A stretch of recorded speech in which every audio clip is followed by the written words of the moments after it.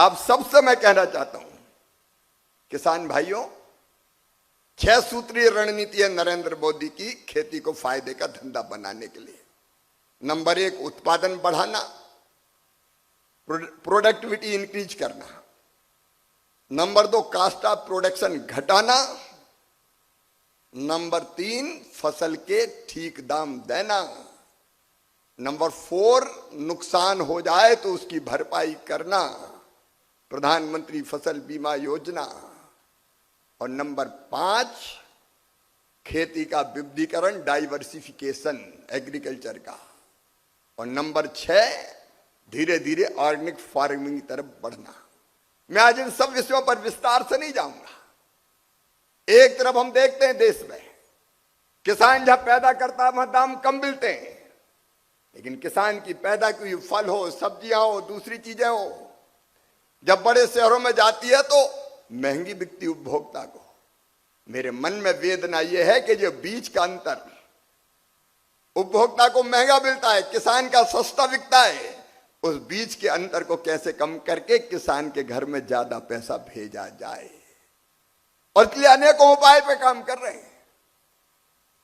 हम ये भी सोच रहे हैं राघवेंद्र जी, ऐसी योजना भी हमारे दिमाग में है कि सिमोगा में अगर कोई चीज पैदा होती है, दिल्ली में उसकी कीमत अच्छी है, तो अगर यहां से फार्मर्स एफपीओज या किसी राज्य की संस्था के माध्यम से वहां ले जाना चाहे तो जो ट्रांसपोर्ट करने में जो खर्चा आता है उसको आधा केंद्र सरकार उठाए, आधा राज्य सरकार उठाए, ताकि किसान को ठीक दाम मिल सके। ऐसी अनेकों योजनाएं जिन पर काम कर रहे हैं।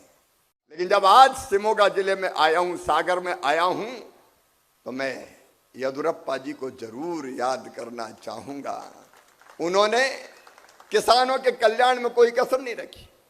पहले मुख्यमंत्री थे जो अलग से कृषि बजट लेके आए थे देश में, पहली बार येदियुरप्पा जी लेके आए थे।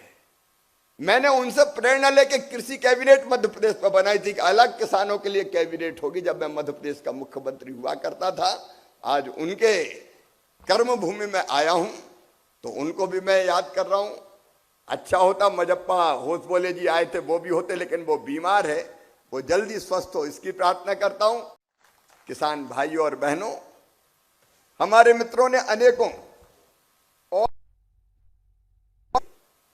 मैं आपको आश्वस्त करता हूं कि जितने विषय आपने केंद्र सरकार से संबंधित उठाए हैं, चाहे वो एमएसपी पे खरीदी के हों, अलग अलग फसलों के मेज सहित वो एमएसपी पे खरीदी भी करेंगे। कर्नाटक में दालें पल्सेस काफी होती है, हम तुअर, उड़द और मसूर, लेंटिल जैसी पूरी की पूरी फसल 100% एमएसपी के पे खरीदेंगे। आप चिंता मत कीजिएगा, आपको ठीक दाम मिले इसकी हम लोग भरपूर कोशिश करेंगे।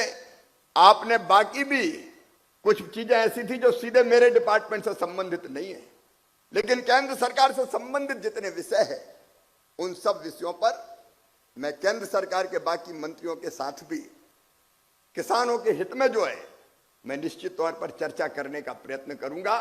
और मेरी कोशिश होगी कि वो सारी चीजें जो कही और की जा सकती है, मैं असंभव की बात नहीं करता, जो की जा सकती है उसको करके इंप्लीमेंट करने में कोई कसर नहीं छोड़ूंगा। मैं फिर ये दोहराना चाहता हूं, नरेंद्र मोदी जी का संकल्प है विकसित भारत का निर्माण, एक वैभवशाली भारत, एक गौरवशाली भारत, एक समृद्ध भारत, एक शक्तिशाली भारत। और उस निर्माण के लिए हर राज्य का विकास होना जरूरी है। मैं ग्रामीण विकास मंत्री भी हूं, इसलिए एक बात और मेरे दिल में है, पॉवर्टी फ्री विलेज बनाने की, गरीबी मुक्त गांव। हम इतने आजीविका के काम केंद्र सरकार और राज्य सरकार के माध्यम से करें कि जिसके कारण गांव में कोई भी बेरोजगार ना रहे।